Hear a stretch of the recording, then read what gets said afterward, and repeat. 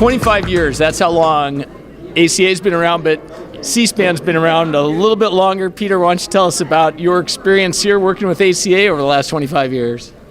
It's been a pleasure. We've partnered with ACA in a number of ways and with their member communities, or with their member affiliates, and all that they do in the community.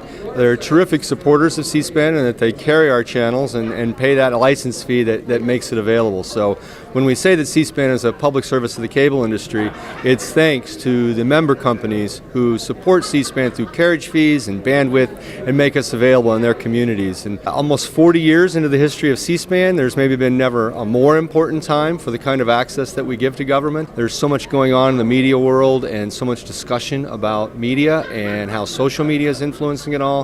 So I can't thank the members enough for continuing their support of C-SPAN and going with carriage. The relationship goes deep, though, also with the ACA organization itself. Matt Polka has been a terrific representative of his members, appearing on a key C-SPAN program. Each week we have a show called The Communicators that looks at sort of tech and broadband policy issues. And Matt's been a guest on that a number of times, talking about critical measures that are being debated in Congress and how they might impact his members and broadband and the small communities and mid-sized communities that they serve. And he's just a great representative. And then he's brought to us a number of times key leaders from the organization.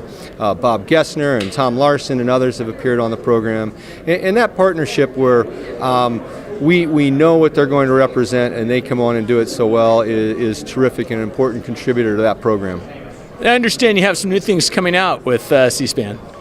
We continue to roll the C-SPAN bus. We're actually in our 25th anniversary year. Next November will be the 25th anniversry. So one of the things that we're doing to sort of celebrate that is a 50 capitals tour. We're taking the bus to all of the 50 state capitals. There's a lot of the large members, there are large operators that are in state capitals, but there's some small and mid-sized ones too. And one of the ones that we're really excited about planning right now is we're working with GCI to go to Alaska, and we'll be in Alaska in June for a few weeks with our bus and working with them. And so it's a great opportunity to talk about the public service C-SPAN provides, the educational opportunities we do. So we're really excited to be in Alaska with them. But day in and day out, week in and week out, we work with our affiliate partners, particularly in the education community, through things like our Student Cam contest. We're visiting winners now and working with a lot of these people on those, and just making sure that teachers and students understand the resources that we provide, and we do all of that work through the local affiliates. So that partnership is incredibly important to us because we feel really good about what we do with that, but also I think it helps build on that sort of value equation. So when a cable operator looks at C-SPAN that doesn't generate any revenue for them, there's no ad sales or anything like that, they're paying that license fee, what else can we do to build value for them? And we feel that those community ties and particularly the contribution that we make in the education world is really something we can all be proud of, and we work very closely with the cable operators in those cities that they get some credit for that too. Well, and it's unfiltered. I mean, the things you're doing, you've really opened up transparency in the last 40 years to government. There's nothing quite as transparent as just putting a camera in the back of the room and showing the events as they happen. I think it's probably more important than ever that there's some place that continues to do that. We've seen sort of a bifurcation in some of the cable news where it's one side versus another, or at least the perception is that. There's so much discussion and debate about how the media is handling the current news cycles. And I think that's a valid and interesting and worthy to have debate all the time. C-SPAN, I think, has grown in importance because we are sticking to our knitting. When we started almost 40 years ago, it was put a camera in the back of the room and show the events. And then have some programming around it that discusses that. And we'll continue to do that sort of core mission with new technologies, with being able to put that on the web, with being able to share it on other social media platforms. It's a great way for us to reach new audiences, for us to reach a younger audience. More important, though, on those platforms to have our audience be able to engage and have discussions about it.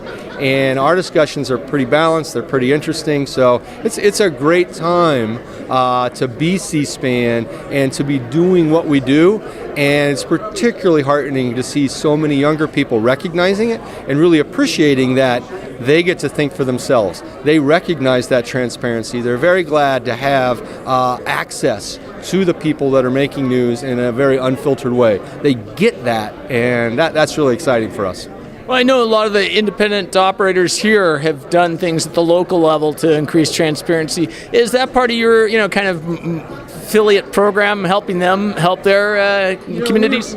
We have worked with some of the state associations and state groups that have launched sort of statewide C-SPAN kind of channels. It's not anything that we get too deep into. It's not anything that we support financially or all, but we certainly have supported them with advice. Our legal counsel, Bruce Collins, has worked with a lot of them. A couple of them, Pennsylvania particularly, but Illinois and a few others, are run by former C-SPANers. So we have reached out a little bit to do that, but they're in no case are they like directly affiliated with us. So one last question on that bus in Alaska. Is it going to drive up there through the Canadian wilds? The bus does not make that long haul. Actually, we put it on a barge, basically, a big ship, and it is shipped to Alaska. It takes a few days to get up there, and then we'll spend, I think, 13 or 14 days up there, having a couple real long drives while we're there. Then it comes back and it'll go to LA, and we'll put it on another ship and send it to Hawaii. So it's a fun adventure. Excellent. Well, good luck in that adventure, and thank you very much. Thank you. Thank you.